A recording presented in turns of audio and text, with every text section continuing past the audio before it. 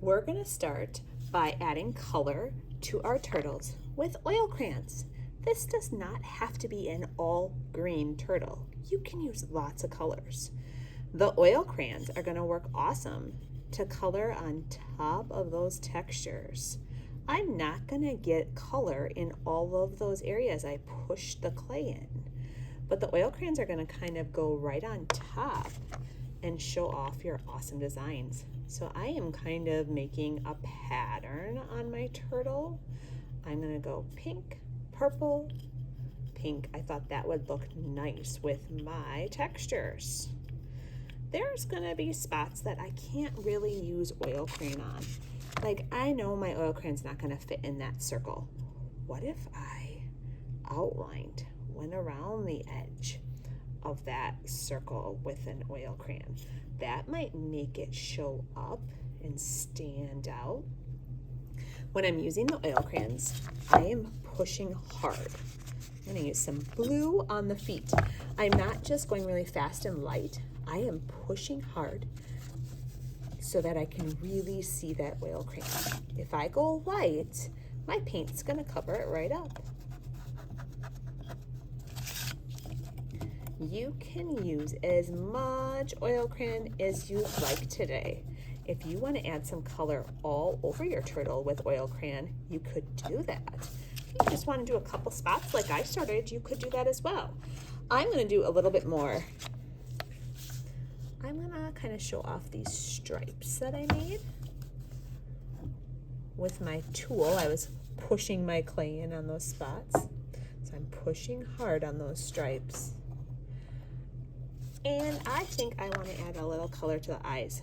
I'm going to go really little. I'm just going to twist my crayon in that eye. Awesome. Now I'm ready to paint. So we are using the watercolor paints today, and I have two different brushes. I have a skinny brush that has less hair and a bigger brush that has more hair. I'm going to use that bigger brush to start. So the only way these paints work are if I get my brush wet and I rub gently at the top. I'm only rubbing with the hair on my brush. I'm not pushing really hard in there. Once I have my brush full of paint, I'm going to go back and forth. Now, the cool thing about watercolor paints is they go right into those clay textures.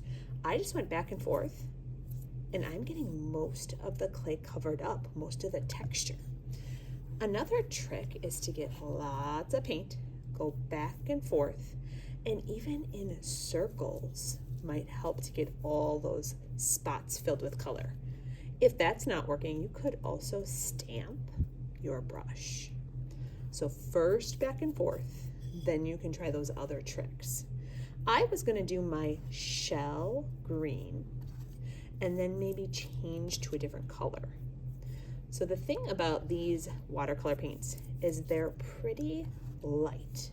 They're not very dark colors. So it looks awesome if you go over them again. So if I put more green on top, my color is going to be darker, and it's going to really show up on those black lights in the dark art room. Okay.